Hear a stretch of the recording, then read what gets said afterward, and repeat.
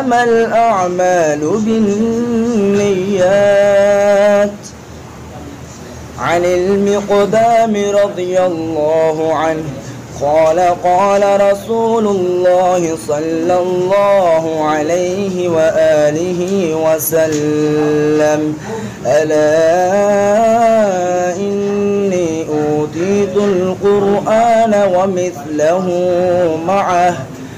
عن مالك بن أنس رضي الله عنه قال قال رسول الله صلى الله عليه وآله وسلم تركت فيكم أمرين لن تضلوا ما تمسكتم بهما كتاب الله وسنة رسوله.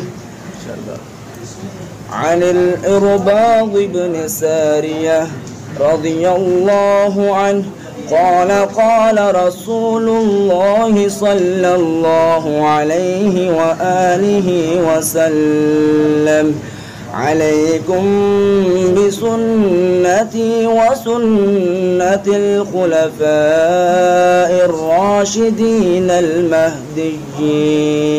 ما شاء الله ما شاء الله. جزاکم اللہ خیر بیٹا. میرے عزیزو، یہ درجہ اولا کی کلاس ہے. ہمارا عزم ہے کہ ہم نے اپنے بچوں کو حفاظ الوحیین تیار کرنا ہے.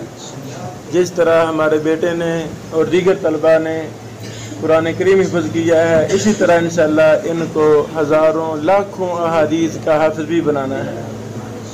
تو وہ منہج جو سعودی عرب کے بعض اداروں میں چل رہا ہے، اسی طرح وہ منہج جو اردن کے مینار الہدا ادارہ میں چل رہا ہے، فضیلت الشیخ علی سلطان حافظہ اللہ جو ہمارے دوستوں میں سے ہیں، ہمارے رابطے میں ہیں، ان کی رہنمائی اور سرپرستی میں ہم اپنے کئی اداروں میں حدیث کو حفظ کرنے کا سسٹم بھی چلا رہے ہیں. الحمدللہ علی ذالک.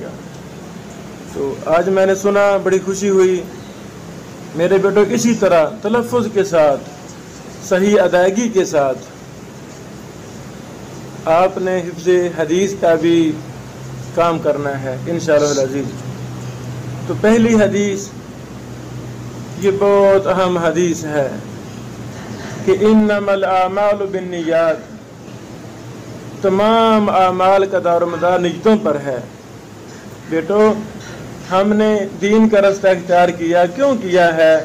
تاکہ ہم محمد رسول اللہ صلی اللہ علیہ وسلم کے صحیح وارث بن سکیں اور دین کو اصلی حالت میں پوری دنیا میں تدریس کی شکل میں، تبلیغ کی شکل میں، تصنیف و تحقیق کی شکل میں